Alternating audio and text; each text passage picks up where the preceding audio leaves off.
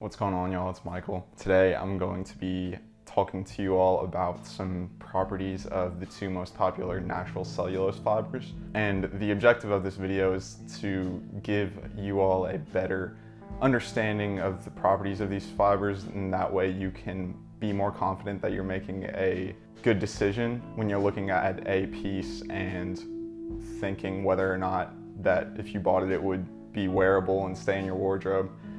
Because these fiber properties actually have a lot to do with comfort and, practicality in certain situations. But hopefully I can give you all a good rudimentary course on, the applications of these fibers and what you can and can't expect from them in a piece that you're buying. I want to go ahead and mention that this is purely a video talking about the fiber's characteristics. This doesn't have to do with the yarn or the fabric structure, which is, the way that it's woven, or knit, if that makes sense.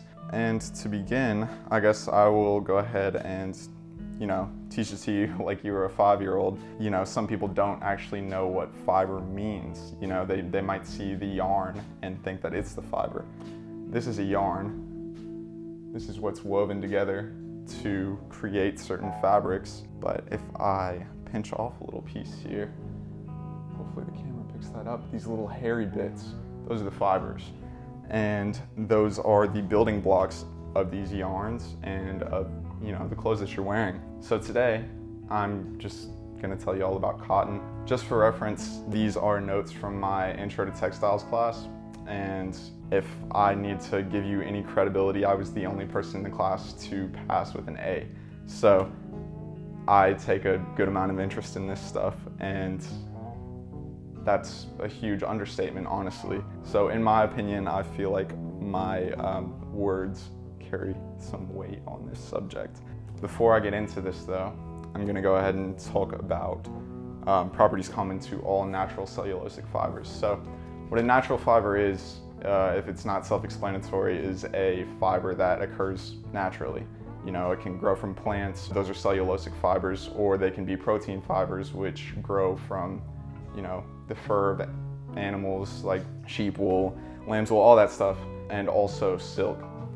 Those are the two most common protein fibers. But these are properties that are common to just fibers that come from plants. So first of all, they are very absorbent fibers. I'm gonna try not to give you all too much of super scientific reasonings for this stuff. I'll be very vague about it because some of it doesn't even mean anything to me because I am not a chemistry major. I find myself asking the question, why is this way or that way? So I'll just go ahead and give you the answer if you just so happen to be built the same way. But the reason that these fibers are very absorbent is because they have very reactive hydroxyl groups.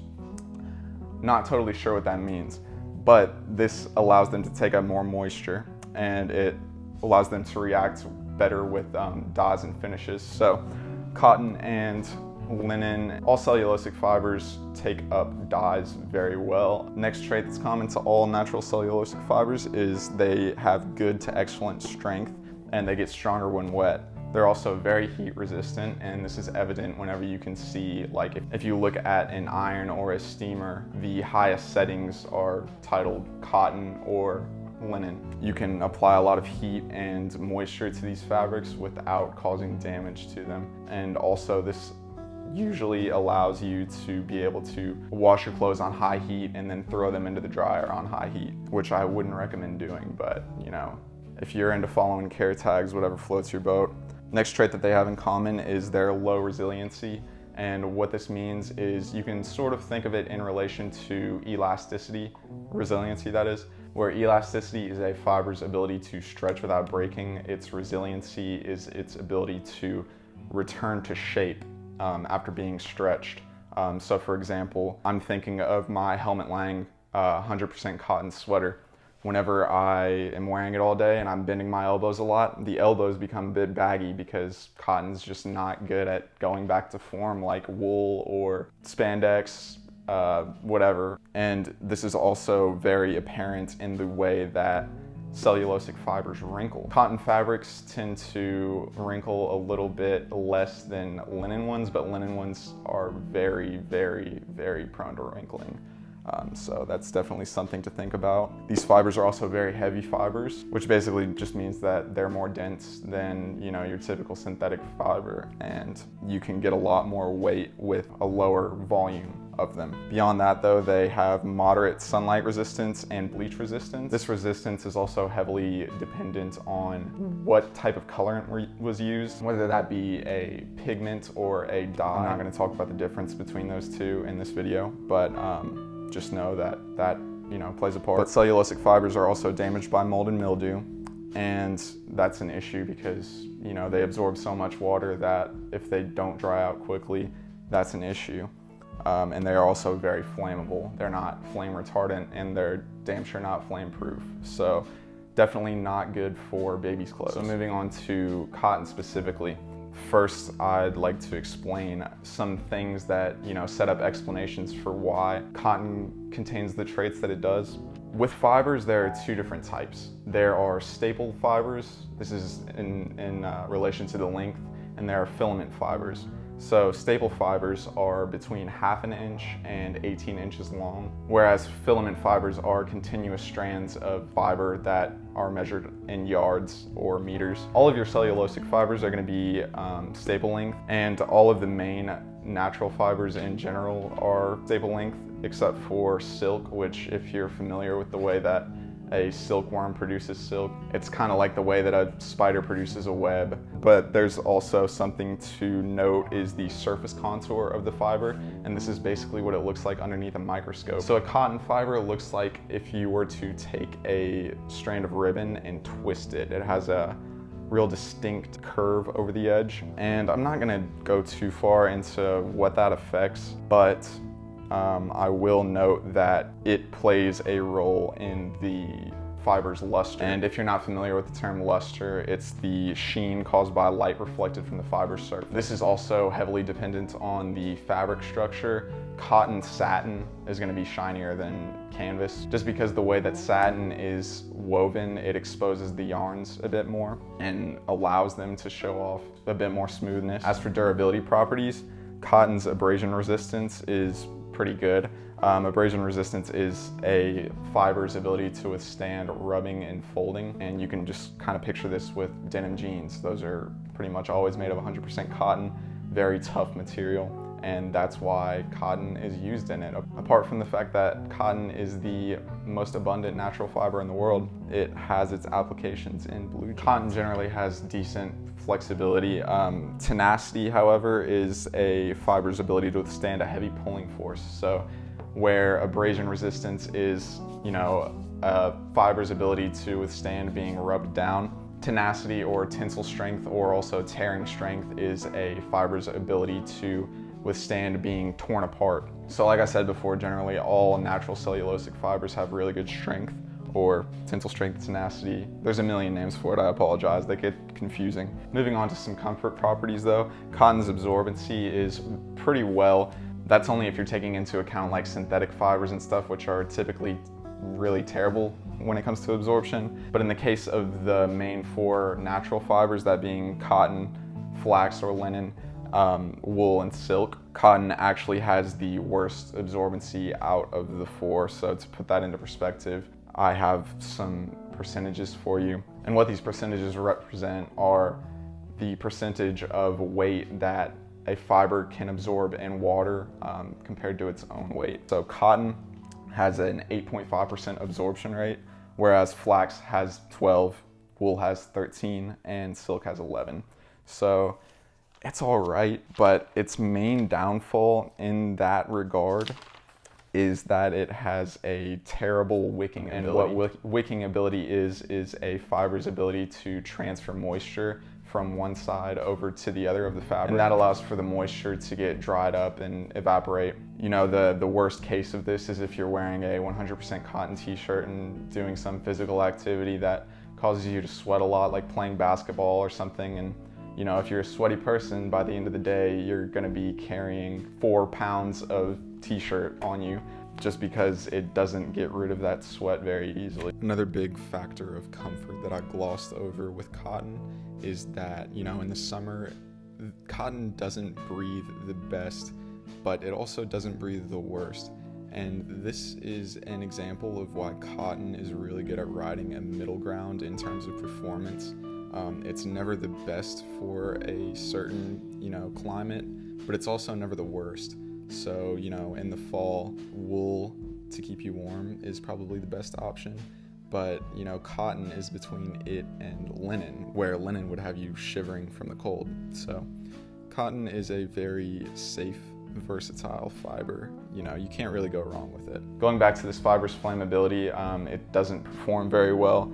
Whenever the fiber approaches a flame, it does not draw back like some flame-proof or flame-retardant fibers do. And basically this puts it at a disadvantage to the others, because when a fiber draws away, it is much less eager to catch on fire because it puts distance between the flame and itself. It makes sense. But whenever cotton is put in a flame, it burns, and when it's taken out, it doesn't stop burning on its own. Moving on though, this fiber's dimensional stability remains a bit to be desired. Dimensional stability is basically a fiber's ability to retain given shape and size through proper care. But with cotton fabrics, as I'm sure you all are familiar with, if you throw them in the dryer, they shrink. If you throw them in a hot washing machine, they shrink. Cotton has a very bad problem with shrinking. I'm sure most of you all know that by now. One thing that cotton does really well in is prevents pilling pretty well. Pilling, if you're not familiar, is when an area of high abrasion on a piece of clothing forms little tiny balls of fibers that have, just rubbed together and balled up. Cotton performs well in this regard because staple fibers are much more eager to, just brush off with the abrasion, whereas filament fibers, since they're so long, so this is the filament. If you're brushing this way, it's gonna like cramp up like a worm and not actually pull the whole filament fiber out. So this allows for, if it's a blend, like a polycotton blend, the cotton fibers are gonna get tangled up in that little, scrunched up polyester fiber. And also the fibers, lower level strength compared to synthetic fibers also allows these fibers to break without getting tangled up in these pills. Pilling is something that I think about a lot when I buy clothes because it's just not cool. So that's about it for cotton's, performance characteristics, if that's what you want to call them. Now I'm going to move on to some developments in the cotton industry. If you've never been given a dictionary definition of organic cotton before, organic cotton is cotton that is produced on a farm that has been following, state-regulated organic guidelines for at least 3 years. I've never actually seen anything labeled transition cotton, but if you ever do, transition cotton is organic cotton, but it has not been 3 years since the farm first started practicing, organic cultivation. So transition cotton is pretty much organic cotton. It's the same thing. Beyond that though, the term conventional cotton means the everyday cotton that you see that was produced with pesticides and herbicides that keep weeds from growing. And the reason why organic cotton is so expensive is because it takes so much more work to have to hand pull weeds because you can't use the herbicides to kill them. And I follow an account on Instagram that I'm sure you all would be interested in because she gives a very intimate view into the life of an organic farmer. The @ is Verseus. I'm not sure how, that's probably pronounced terribly wrong, but her name's Sally Fox, and she posts a ton of videos on Instagram and gives good descriptions of, the trials and tribulations of organic farming cotton because, cotton doesn't grow very fast. There's a million reasons why it's difficult. I hate when I say shit like this, so I'm gonna expand on that point a little bit. One of the major reasons why hand weeding organic cotton is essential is because, this lack of herbicides allows weeds to grow up very quickly. Like I mentioned later on in the video, cotton is very slow growing. So, whenever you take a tractor to till the soil, you have to go very slow as to not damage the seedlings and actually pick up the weeds that have been growing in. and these machines are just not capable of getting all of that without damaging the cotton crop. So in Sally Fox in particular's case, she has to get 5 volunteers a year to help her finish weeding in time for the crop to not be ruined, basically. But the amount of work that is put in makes it that much more justifiable to spend the extra dollar to get organic cotton rather than conventional cotton. Another big difference between the two is that organic cotton takes about 1/4 of as much water to produce as conventional cotton. Either way, cotton, just naturally takes a lot of water to produce because it doesn't grow fast. So I would not say that it is the best natural cellulosic fiber. We need to see more developments in the US in terms of hemp farming for fabric construction, because as of right now, in the US, the hemp industry is so young since it was just recently legalized, for the use of CBD and things of that nature. But CBD takes much less time to produce and is way more profitable, so there's not really any reason for a hemp farmer in the United States to start producing hemp for fabric construction. So pretty much your only option for hemp fibers at the moment is international. I know that China produces a good amount of hemp, and also some European countries do too, but I'm blanking on which ones specifically. I digress. Another form of cotton that I've also never seen is called green cotton. And what this is basically conventional cotton, but it's been washed with mild natural-based soaps, hasn't been bleached or any other chemical treatings except for, maybe dyeing. But like I said, I've never really came across a green cotton fabric. Another huge development that I, just love to hear about, and also pertains to that Instagram account that I mentioned earlier. She has actually been selectively breeding colored cotton for the past 38 years or so. And she's basically come up with a naturally very brown cotton that doesn't need to be dyed or bleached or anything. And that cuts out, I believe, 14% of the pollution from the textile industry is from dyes and bleaches. So, huge deal. There are other advantages to it too, though. There are no hidden environmental costs in this because it's not a GMO. It's just been selectively bred like, let's say dogs have. There's no damage to the fabric caused by dyes, and color actually intensifies with washing rather than fading. And the reason for this is because when a yarn or a fabric or a fiber is dyed, that dye can't penetrate all the way to the core of the fiber, whereas colored cottons are naturally that color, inside and out. So as you wash away the tops of those fibers, you just find more and more brown. Very cool detail. Right now, the only colors that I know of are a natural brown, a natural tan, a natural green, and then I know in Texas they're growing a very, very pure natural white that doesn't have to be bleached or anything. So really cool development. I just looked at the amount of time that I've been recording, and I'm actually not going to talk about linen or flax fibers in this video because this recording seems to be at about 30 minutes long right now. So I feel I will do you all a favor and cut this a bit short, and hopefully you all learned something from this. And maybe that thing that you learned is something that you can, rise to the mind whenever you're shopping for a cotton item next. Cotton is a very versatile fiber, probably the most versatile fiber in my opinion.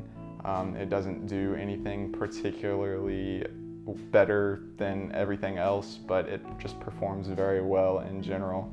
So, cotton, love it or hate it, it's a decent fiber, but it takes a huge toll on the environment, the way that cotton is farmed conventionally. So, all we can do is support the organic farmers that are working so hard. And other than that, just try to avoid cotton in general, because even the organic kind isn't too good on the environment considering how much water it takes. But if you're gonna buy a garment made of cotton, definitely try to make sure that it is organic or at least made in the USA. But that's about all I have for you all. I hope you all enjoyed. Hope you learned something. Follow me on Instagram at Tandeur, Tandeur. Thanks for watching. Be safe. Have a nice day.